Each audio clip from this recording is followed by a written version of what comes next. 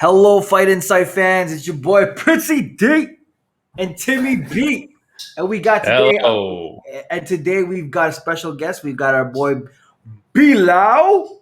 B Lau, say what up to the fans, to the What's up, millions yo? and millions of people out there watching us right about now. We've got another exciting episode. We've got a lot to talk about, and we've got a lot to unveil. We got a lot of stuff to show you guys. Oh man, We got two big unveils. One is, well, they're both kind of like prototype unveils. And then, but before we do get to that, I do want to say hello to Brandon. Brandon is our buddy from P4P Markham. What's going on, Brandon? Nothing much. I don't know what these unveils are, so this was not in the memo. So no, these were not in the these weren't in the prep sheets for Brandon. And he was actually asking me, Prince, before. He's like, who's the fight on site? Who's the two contenders? I'm like, no, you don't get to know that either. Like, that is top secret until it happens. Brandon, we need to capture your genuine response. Like, we got to have natural surprises, and we got to have your natural answers to these like really difficult and thought-provoking questions. Am I right, Timmy B? Because the thing is, there's going to be lots of flip-flopping. I'm going to be like, nah, maybe not. I don't know. No, this is a pretty simple one this week. And also, thanks to Mark Bowden last week for showing up, we're going to be able to perfectly judge your body language to see the disappointment in your face and in your body language. So that's going to be fun. We'll do great. It's okay. I got a good poker face. There you go. All right, we'll see. So, Timmy B, should I unveil the first thing? The first unveiling? All right, guys, so listen up, man. This is on the works. As you know that I'm also, an avid music producer / hip hop artist / R&B singer / techno producing type of dude. I've produced something. Actually, with shout outs to my boy RJ who helped me produce this bad boy, because this thing is a monster. So watch us in iTunes, guys. Listen out for the new soundtrack coming out real soon. Listen, peep the technique. Oh. All right. One sec. That's fine. Oh, down.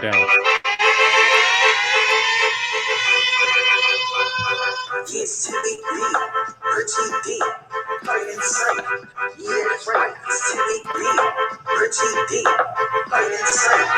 Yeah, that's right. Oh, beautiful. Guys, listen up. So if you guys couldn't hear what I was saying, yo, it's Princey. Yo, it's Princey D. Timmy B. Fight inside. Yes, right. That's right. So you guys will be hearing that soon. The intros will be coming out. It's a little bit of a prototype. So if you guys, tune in, you'll be hearing the final product. And that's one of the unveiling. So go, Tim. I want to carry it away. Brandon is speechless.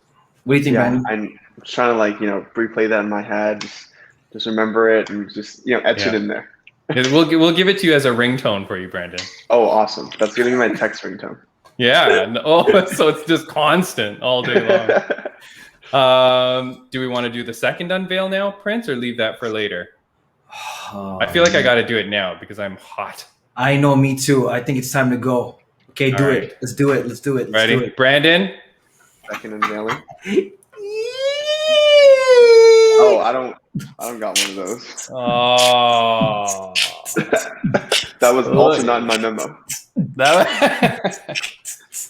Yes. Fight inside. Okay. Oh, man. These are two prototypes we have, Brandon, but they are coming out soon. Nice. Nice. I like it.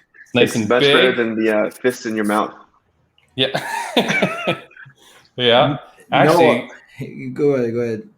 I was gonna say, Prince, do you mind if I show people one of the old? You talked the other day about the like the prototypes that we had before, like how it went through 1,000 revisions. Can I show one of them? Oh yeah. Oh, I have it up here. Ready, Brandon? This is what we started. Actually. 1,000. What I'm going to show you now is like when we were working on our logo. This is like many versions in. Like this is like after a lot of work. Yeah. Yep. That's oh baby. Look at that. One. Really? A little bit, kind of, Ooh.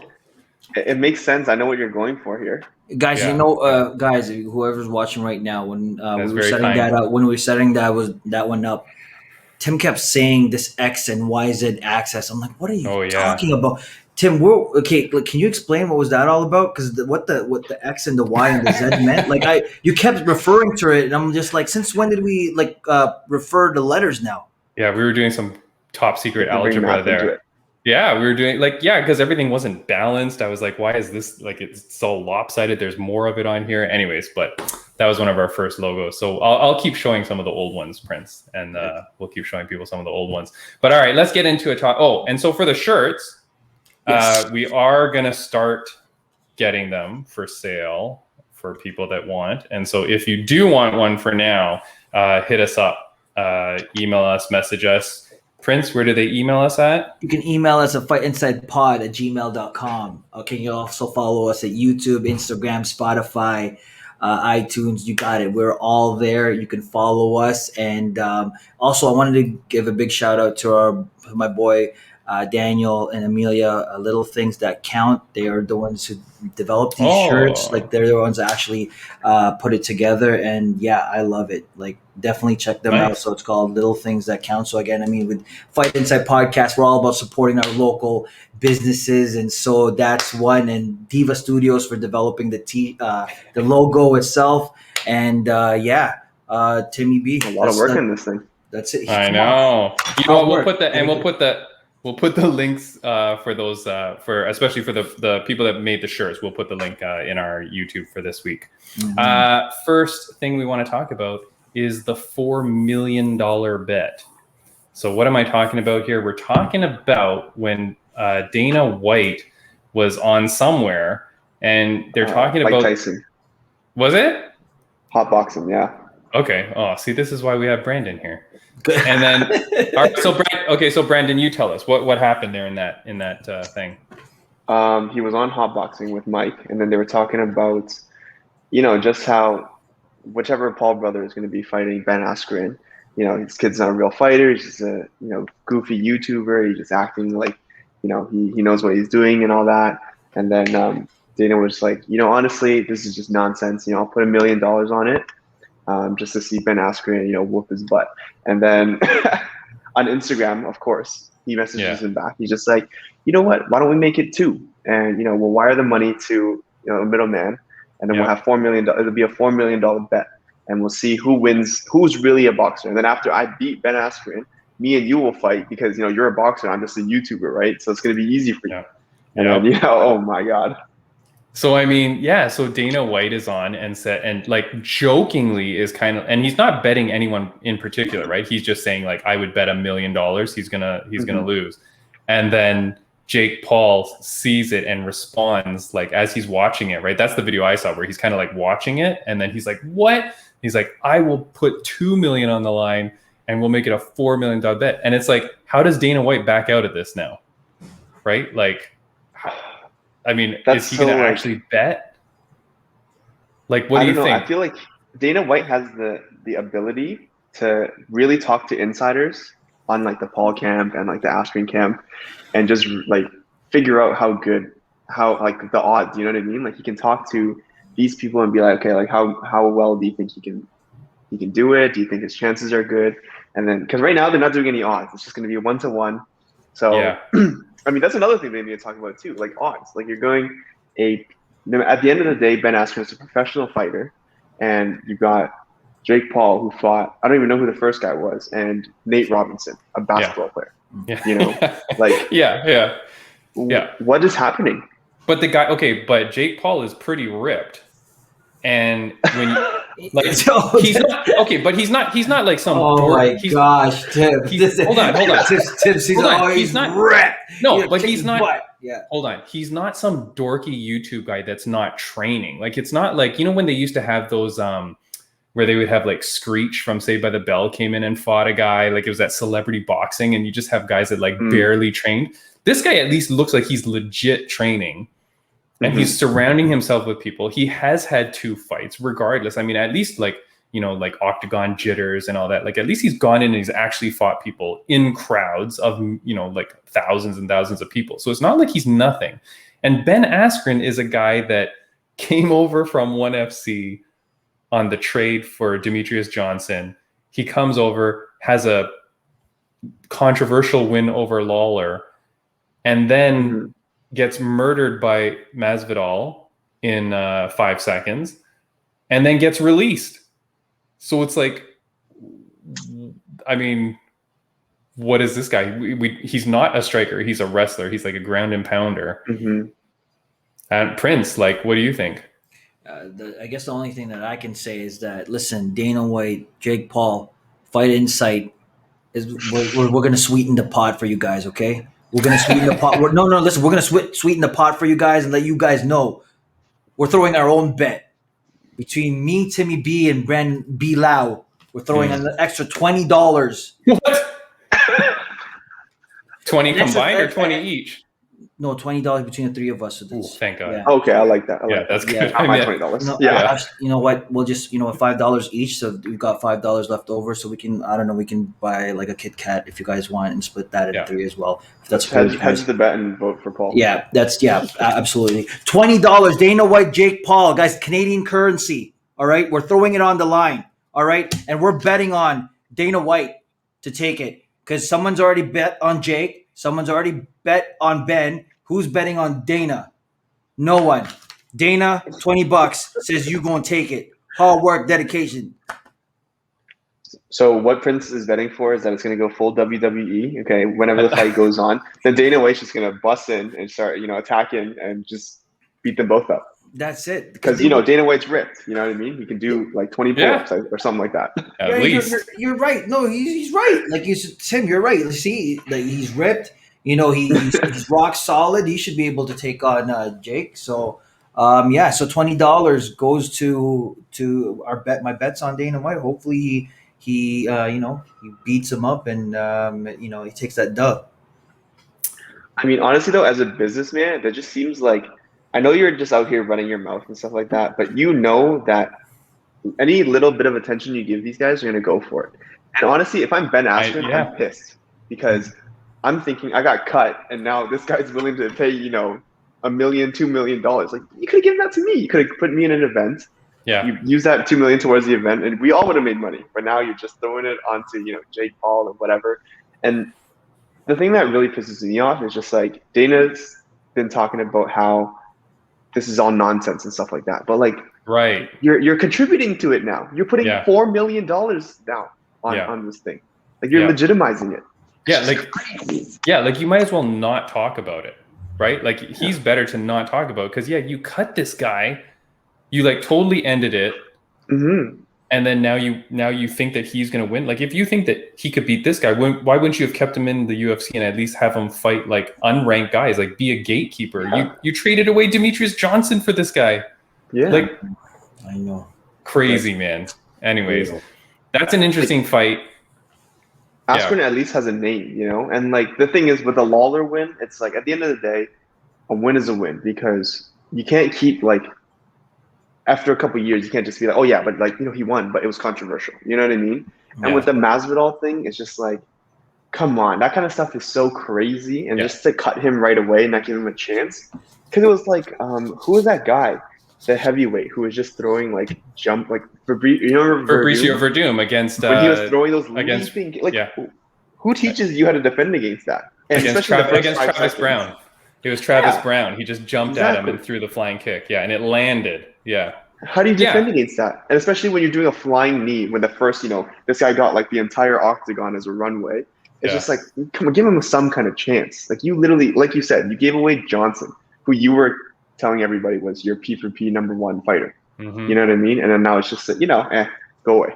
It was right after he did that amazing suplex into the armbar. Remember that? Armbar. That was crazy. That was amazing against who did you do that against? Ray Borg, I think maybe.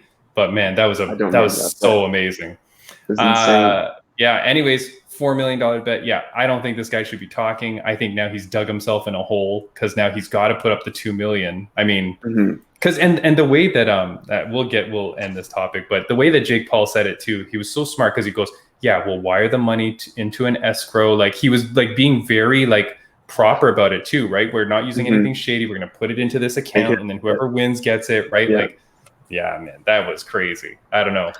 And can't punk out anymore. No, that's right. You can't. You're stuck. Second thing we wanted to talk about, Prince, is our favorite. Hold on, Brandon. I apologize. Your face here. Favorite professional trainer / coach. So we were talking about just around, you know, sometimes the coaches get a lot of publicity. And so we just wanted to ask, who's your favorite coach? So our guest, I will let you go first, Brandon. I'm going to say, first off, it's going to be like Fiddy Roach. Bam! And then if I had to choose like a second and a third, maybe Zahavi and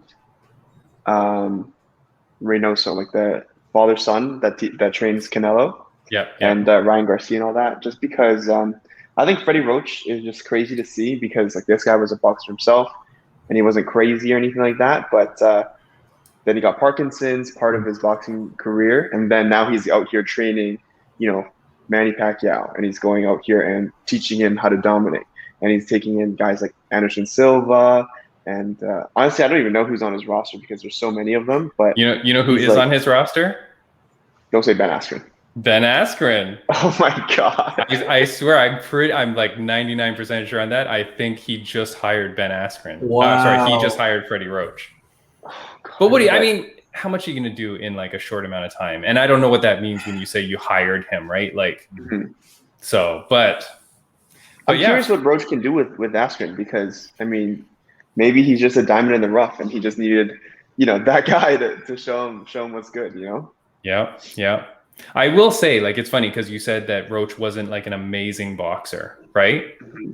Like that is funny because, you know, a coach doesn't always need to be the best of the sport in doing it himself. You know what I mean? Like, it's not like when I used to play tennis growing up and I used to coach, and then people would always go like, oh, like, how come you're not like winning all the tournaments? And I'm like, you think Andre Agassi's coach could like go and beat everybody? Like, if Andre Agassi's coach could beat everyone, then he'd be in there beating. Like, a coach is more than just being able to do it. So it's cool that you said Fiddy Roach, because like Fiddy Roach, he didn't have to be the greatest, but he can be an amazing coach. So yeah, that's crazy that he's just keeping up with the Parkinson's, you know?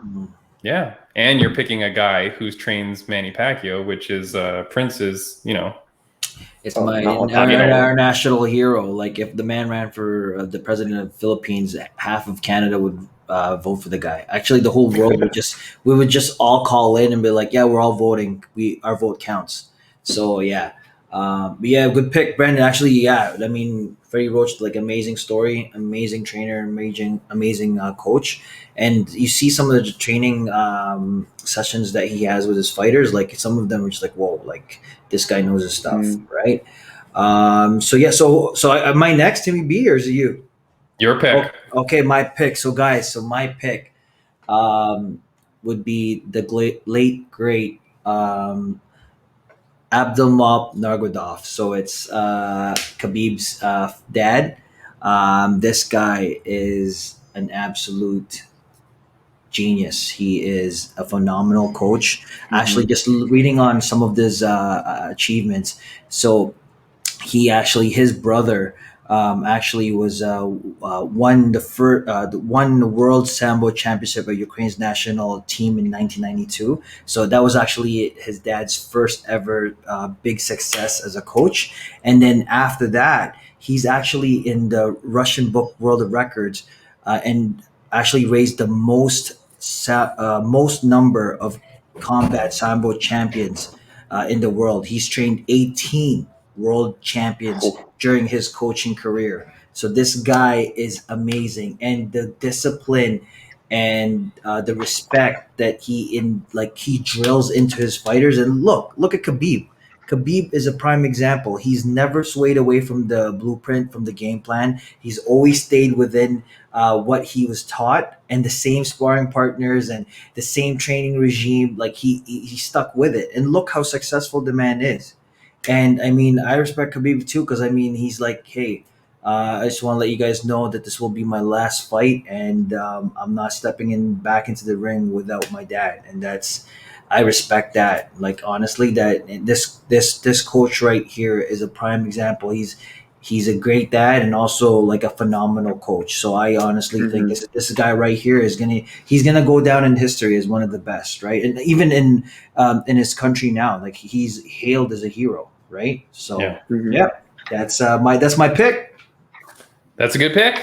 My pick, and I'm so mad because I lost my photo, but I actually met this guy, and I was scrolling, I was looking for my photos, I was looking through my deletes. I don't know why I deleted. I must have looked really bad in the photo, but I met him, Rafael Cordero. Oh, From so he is at King's MMA in Huntington Beach, California. So when I went down in 2018, 17, I knew their gym was there. And so I was looking it up when we're in California, and I find King's MMA. And so I go down there, and it's this really cool looking gym, but it wasn't on the beach. And I was like kind of confused, but then I go in, and the guy that was there was so nice. And he's like, oh yeah, this is like the second gym. The actual one is over on the beach in Huntington Beach. He's like, you can go down there. He goes, and he took us around the gym, like my wife and I, he took us around and he was showing us everything. It was so cool. And then he's like, go down there on Thursday morning or whatever the day was. And he goes, go down there, tell them that I said it's okay. That's the day that all the professionals go and do their sparring training. So like 2 days later, I show up. There's Beneil Dariush. There's Fabricio Verdum. There's Lyoto Machida. Stop. And wait, who's the last one? Verdum, Machida, Dariush. Oh, and of course, my favorite was Kelvin Gastelum. And this is when he was training to fight Anderson Silva, and that fight got canceled. But so the whole gym is packed with all these like pros, but like those are the ones that I recognize, right, from UFC. There's Cordero, Coach Cordero. He's there training all the guys, talking. They're sparring. It was so cool to see, man. And then like Dariush, who is now like on a total roll, he was a monster, man. He was like kneeing people like crazy. I was just like, oh my God, like watching it was so cool. And then at the back of the gym, there was a cage, and Rafael Cordero's wife was there, and you see her in a lot of photos. And she was like, oh, you like Kelvin Gastelum? We're like, yeah, like that's my favorite fighter. She's like, just go to the back. Just go stand next to the cage and watch him. And Gastelum is in there in the cage, and he's just murdering guys. And then after he beat him, they would leave the cage. Another guy would come in, and he was just wrestling them and like sparring with them. It was crazy to watch. And then it was really cool. And then I remember we're standing there, and all of a sudden, this guy comes tumbling next to us, and like because they were sparring like right behind us, and this guy comes tumbling right next to us. And as we look down, here comes Verdum running at the guy, like just hitting him. Oh my God. It was so cool, man. Just like, holy. And everyone there though, super respectful, such a good vibe in that gym. Like it was crazy, beautiful gym, beautiful vibe. At the end of it, Cordero grabs all the guys, is doing like motivational speech and everything. And like, you could tell the respect that they all had for this guy, but you could also see the community that he had built in this gym. And it was so beautiful. And then at the end, he calls my wife and I over, and he goes, oh, where are you guys from? And he starts talking to us. And he's like, yeah, take some photos with us. And he's like, do you have your gear? Like, do you train? Do you want to train with us? And we're like, oh, like we don't have our stuff here, you know? And he's like, next time you come to California, you come here, you be my guest. Like, so friendly, man, this guy. Like, it was amazing. Gastelum. Yeah, Gastelum took us over to where the King's MMA signs were, and then he was like taking photos with us and stuff. Like, such a nice guy, man. But Cordero, I have to say, from that moment on, my favorite. I mean, always like his cool smile, right? Like the smile that he always has. Like, that's totally him, man. He's like just such a nice guy. So he's got a big stable of guys, man. Like, so you know what? Cool. You know what, Tim? I could picture you standing by the ring cage like this with your fingers right on it, I guess. Yeah. And I could see you go, Gastelum, autograph, please. Yeah. Please, Yeah. sign this. And then Verdum comes smashing through. Is smashing through, right? Yeah. Wow. No. You know what? It's funny because it was kind of like that, because we were watching and we're like right there. But then when he finished, like, man, the guy was like beat tired. And so we're staying there like, oh, okay, let's not bother him, And then we're like, okay, no. And then we're like, okay, no, let's just say hi. And then we went over like so timidly to say hi, but then he was starstruck. like, but yeah, like you're starstruck, but also like, you're like, okay, but this guy, like, you're totally intruding his life. Like this is his professional life. But then he was like right away, like so friendly, taking photos, whatever. Yeah. Like and that all has to stem from Cordero, right? Like it all has to stem from that, like being your coach, and like Prince is saying with Nurmagomedov, and like you're saying, Brandon, with Roach, right? Like it's all about like how the coach, what they instill in you and the kind of person that they are, right? I think all three of us picked people that we thought were probably like nice people in real life, not just about like their accomplishments. For sure. So yeah.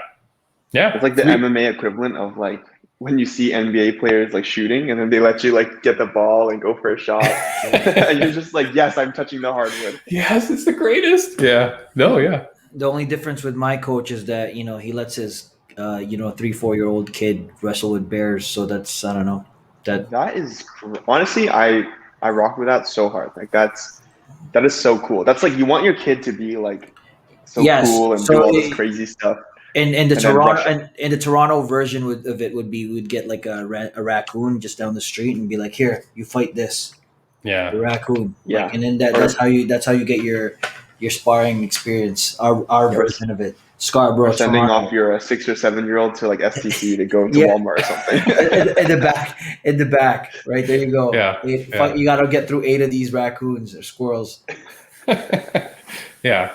I mean, I feel like, if anyone from Child Services is watching our podcast, they're going to be knocking at Prince's door one day. Just making sure you don't have any raccoons, sir. Like, yeah. Show me where they are. And you know what? And Tim, you know what I'd be telling them? I'd be like, check out the new podcast. It'll explain everything. Follow us by Insight. Would you like to buy a shirt? Would you like to buy a shirt? Yeah. I'd have them sit down and watch the all 6-7 episodes that we have up on YouTube. Yeah. I will say, this will show you why my kid is safe. Yeah. I will say another good coach that I want to point out is Mr. Brandon. Yep. Brandon is a good coach, man. Like Brandon, I remember you coming to the gym, like young kid.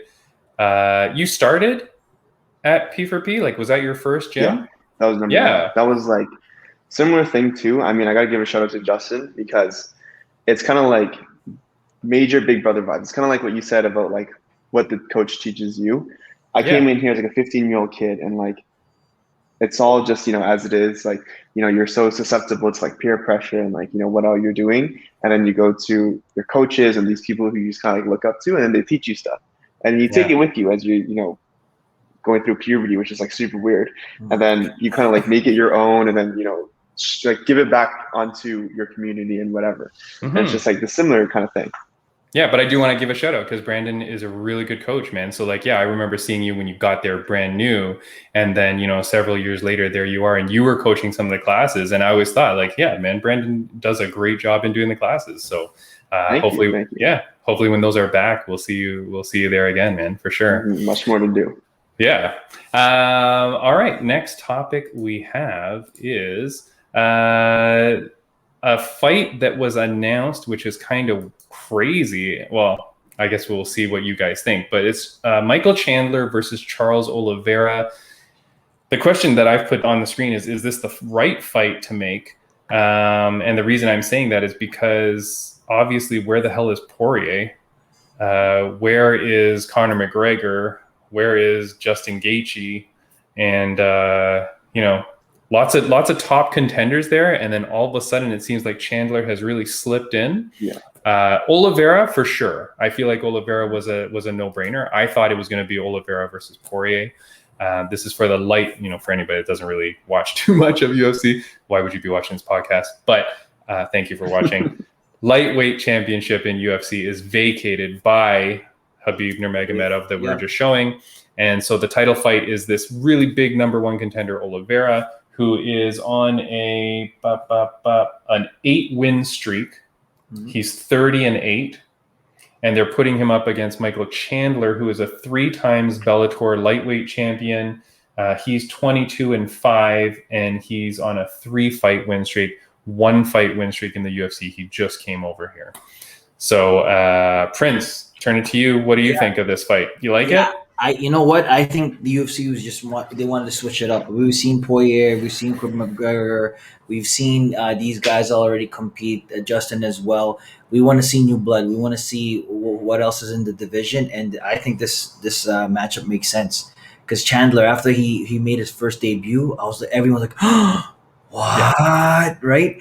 And you know what vibe I got? I don't know if you guys got this, but I got the same vibe. Remember when Anderson Silva first stepped into the UFC? He fought Chris Lubin. Yeah, Lubin. So he came in, and everyone's like, "Oh man, this Anderson Silva guy is gonna get destroyed his first debut."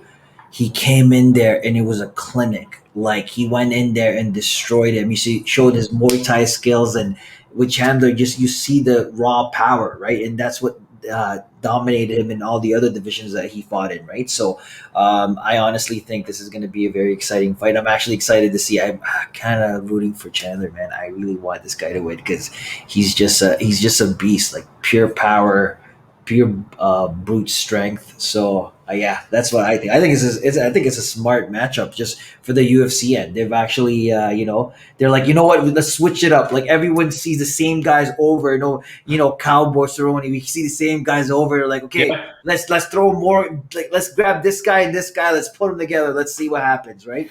And so that's what I'm saying. That's my thoughts. What do you think, Timmy? Me? We'll let our poor guest go last. I'm saying this is the wrong fight for Poirier. Like, what the hell is this guy doing?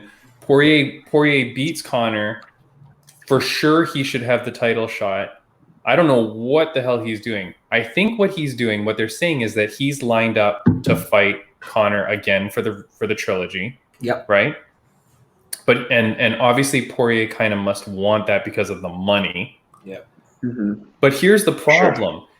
If he loses that fight, he's out of contention. Now he's out of contention for the title. Mm-hmm. If he fought for the title, even if he lost, he still has the trilogy fight with Conor because Conor still wants to get that fight back, right? So if you fit, and the money he's going to make fighting Conor has to be well above the money he would make for fighting for the title. For sure. So I feel like, why would you do this one first and then give up this money? Because you should fight for the title first, get whatever that payday is, win, lose, or draw, you then make the big money against Conor, even if you're the loser or you're the champ. Like, because that money's got to be like way out of regular league money. You know what I mean? 100%. Like, so I feel like if Poirier gave this up, which is how some of the media outlets seem to like say that's what they think, I think he made a really bad choice here, man. In terms of Chandler fighting for the belt, sure, why not? Look, a lot of us don't really watch a lot of Bellator, so we don't really know Chandler, right? But to Prince's point, this is the chance to kind of promote this guy. Yeah. He could pull a Ben Askren and get knocked out really quick on his second UFC fight. And then what are you going to do with this guy, right? Charles Oliveira is amazing, man. Holy moly, this guy is good. For sure, yeah. It's got a beast. And so, you don't know what's going to happen. And then the other thing I'm going to say with this fight is that you also have Dariush, that we were just talking about, and he's fighting who's Dariush fighting? He's fighting somebody, but Gaethje has no opponent. So for some reason, Justin Gaethje has no opponent, and he's been in the news saying that he's confused because he thought he was fighting Chandler, and now that fight's gone, so he doesn't know what's happening. So there's a little bit of a mix-up in the whole rankings and the fights, but I say the fight is bad for Poirier. That's what I'm saying. What do you think, Brandon?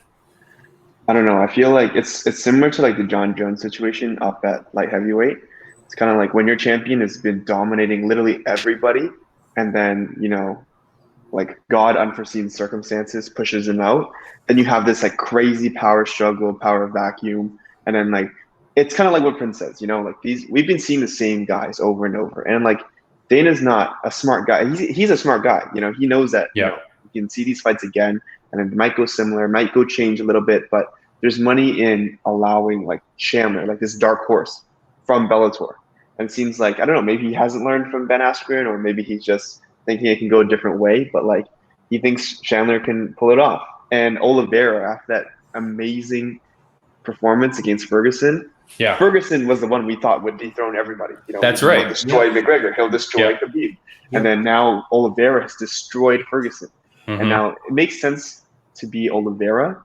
Yeah. Maybe even if he's not the number one, but just in terms of like where he's placed himself after his basketball fights and his last performance, for sure. And Chandler is kind of like iffy. Like, yeah, for sure, Justin Gaethje, but I can maybe understand the UFC's perspective, because it's just like, okay, Khabib just kind of babied you, and maybe we should just put you out of the spotlight for a little bit, let you keep your ranking, and then the new champion, you can challenge him. But that's that's who Dariush is fighting. He's fighting Tony Ferguson.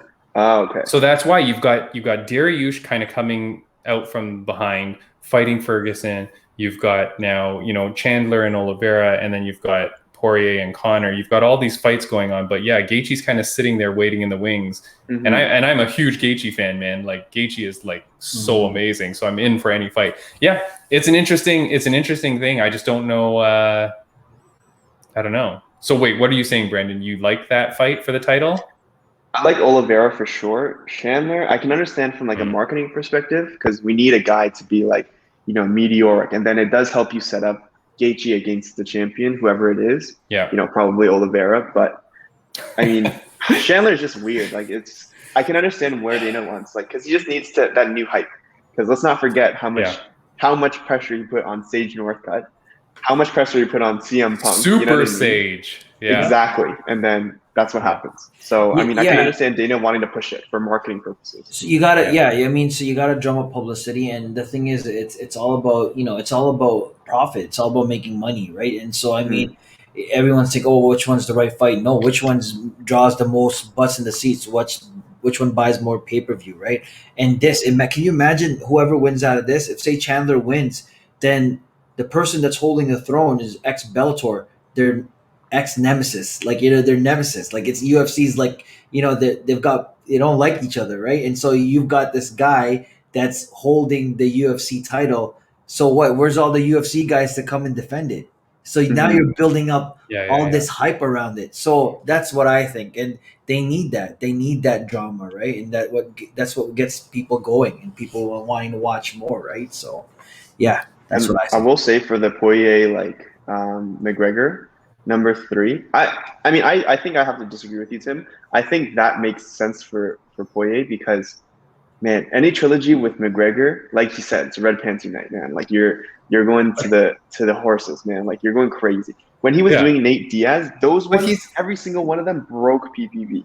I know, but I'm saying Poirier can fight McGregor for the trilogy. Just do it later. That trilogy is always there for you. Like, I don't, unless the only reason I think Poirier takes this fight is because Poirier is going to retire. Unless he just thinks like, hey, I'm just going to do one more fight with McGregor, which if he's super confident, he's like, I'm not going to take a lot of damage. I'm going to win. I'm going to make millions of dollars. Yeah. And then I'm just going to retire and ride off into the sunset. He's got all his charity work. We talked about this in our other podcast, Prince. He's got his charity work. He's got his nice family, his wife, his daughter. He can go live a wonderful life in Louisiana, right? Work on charity and stuff with millions of dollars.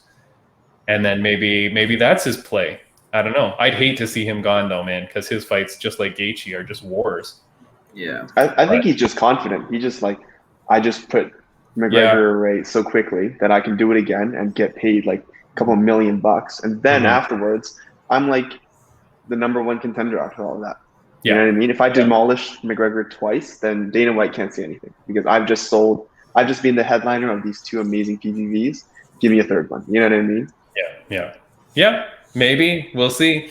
Pretty interesting. But yeah. All right, Prince, I think that is it for our topics. So what we are going to do now is our fight on site. Yes, here we go. No, the last unveil. Wait, what's the last unveil? Our fight on site? Yes, this is the third one. Oh, for you. Yeah. Okay. For you, this is a fight on unveil. Yeah.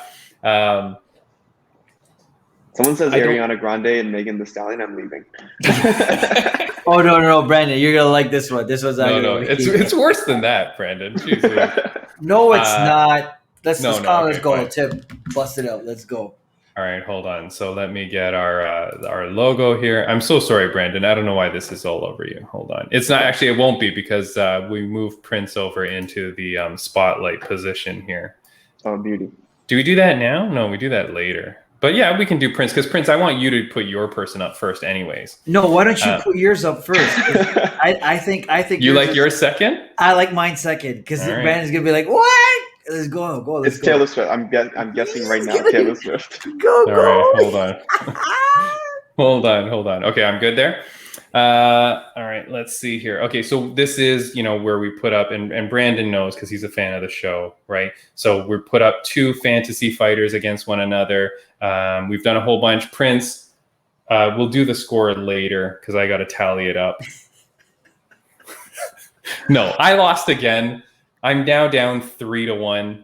No, 3-0, right? 3-0, I'm down man. 3-0 because Weili Zhang lost to Nunes. So I got destroyed on that one. So Brandon, that was like that I didn't even know. That was really bad. That was such a bad call. That was so bad. I would see, and it started out when the voting happened. And guys, we put the votes up on Saturday on our Instagram. It was like a couple of votes for Weili Zhang. I was like, ooh, this is not bad. And then a couple more votes for Weili Zhang, and then Nunes kind of a little bit. And then like just overnight, it was just like just a million came in for Nunes. I was like, oh, it's not even close. So yep, 3-0 Prince. You're 3-0-1 against me. Okay, so this is our Grammy edition. And that means what we're doing is we're picking musical entertainers, musical singers to go up in a battle. Again, this is all fantasy. This is not really happening. But my pick is, and I did 0 preparation for this too, Prince. So I don't know what you've got planned, but I have nothing. All I know is I've got this guy. Yeah, 50 Cent. 50 Cent. Look at that. I think unofficially he's already won a lot of these. He's all right. So my guy, 50 Cent, he has he's talked about fighting many times, like different people, different whatever, right? He's always talking about it. I don't know. Is he even still singing? I don't even know. No, right? Featuring, I think. Yeah, right? Just like here and there. TV shows and stuff like that. Right. Tim, he's rapping, not singing. Brutal. Yeah, performing. I don't know. Maybe he's singing now. I thought he was on some Usher vibes, yeah. Anyways, I have nothing. I'm going to say his 3. I have no stats or anything on this guy, Prince. All I know is this guy is strong as hell. I'm going to say that he's got strength on his side.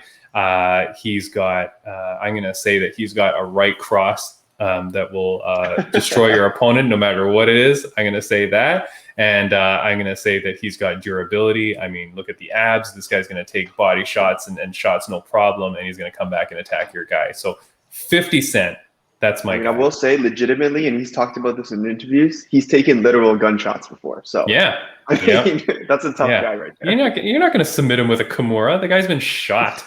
So yeah, he's going to submit him with a gelatin. Or maybe put him on a tempura. Prince. All right. Here we go. My turn. Now, Prince knew I was picking 50 Cent, Brandon. So get ready for his pick to beat 50 Cent. This is a guy that's going to beat 50 Cent. All right, listen up, Fight Insight fans.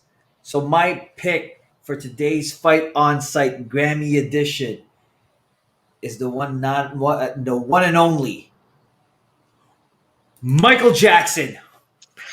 She would moan, baby, when you don't hear, honey, I am the one. She would go, I'm a girl, hang on.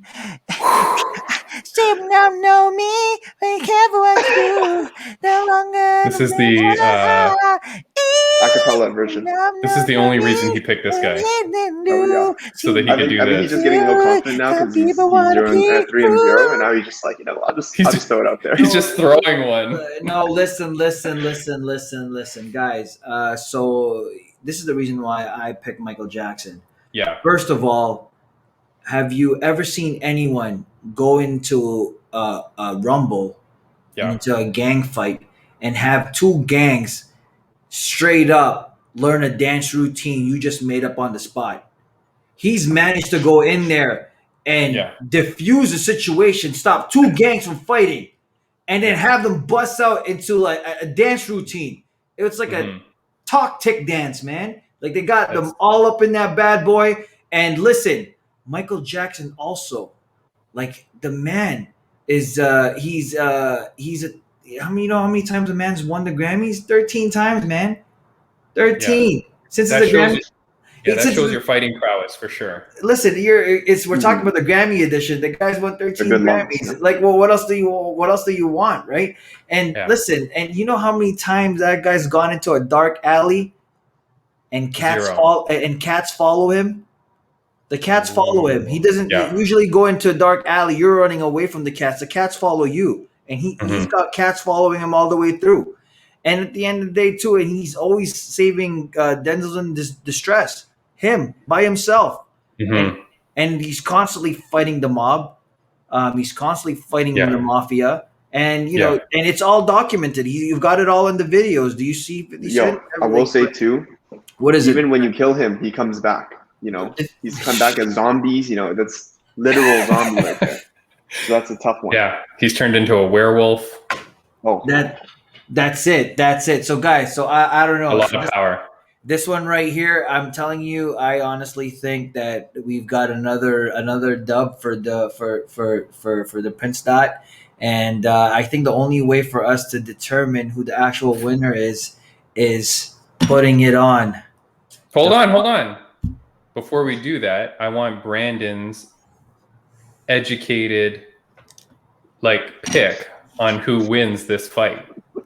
If this were to go down, Brandon as our guest for today, which we appreciate you coming on, Brandon. Super. I like Absolutely. this. I like that we have someone, Prince, that has come on just to chat with us. It's not like a focused guest, not in that way, but it's not like where we're just interviewing the guy.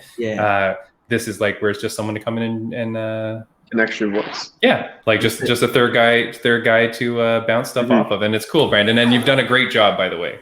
Awesome, Brandon. So pretty nice for your first podcast. Actually, Tim, if we can maybe get Brandon up in the big screen here and have him, pick out his choice for today's Fight on Sight Grammy Edition. Yeah. Okay, I mean, even though Michael Jackson has all these crazy powers and all that, I mean, the one thing I'll say about 50 Cent is that I'm sure is that this dude's crazy. If you're fighting a human, you'll kind of square up, put your chest out, and you'll fight. Maybe you get bear, and some people will kind of run away, other people will fight. I know 50's throwing down. There's no doubt about it in my head. And if you get werewolf, a vampire, a zombie, 50 is not. He's fighting in all of those situations. There's no situation fear I can imagine where he backs out. Even if he's fighting a whale in the ocean, he'll still do it because that's just the mentality that 50 has. You know what I mean? But he's disadvantaged or whatever. He will risk it all to go toe to toe. Whatever Michael Jackson pulls out. You know what I mean? So. Yeah, but I honestly, Brandon, I'd honestly be weary of the man that constantly wears white tube socks everywhere. If you got a man rocking white tube socks over tap shoes, it's a problem. It's a problem. Yeah. Something's about to go down. It's gonna be bad. Michael Jackson bad. Oh, nice. He was trying to say Yeah, he's been working on that all week long, Brandon.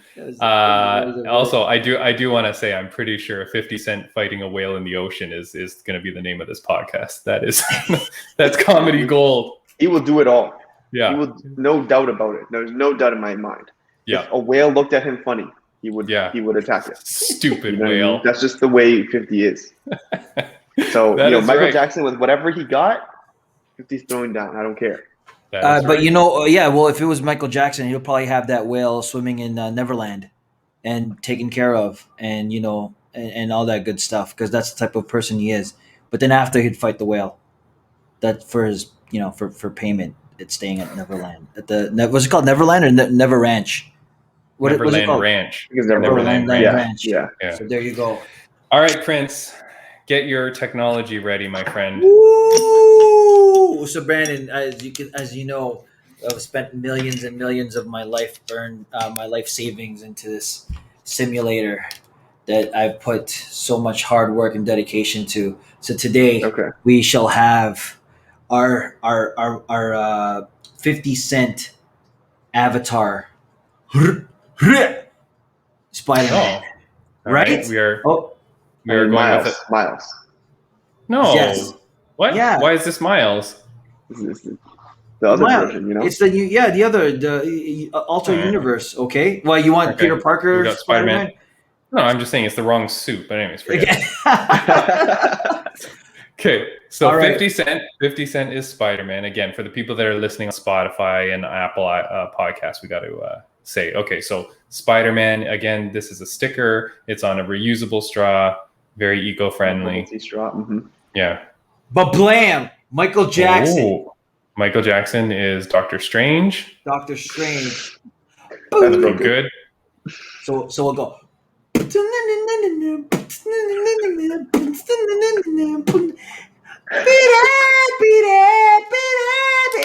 There you go, but blam! Oh, There goes. Oh wow! Actually, they stuck together. hold on. And then we got a little technical difficulties. And I think that just means 50 is being resilient. He's sticking on for dear life.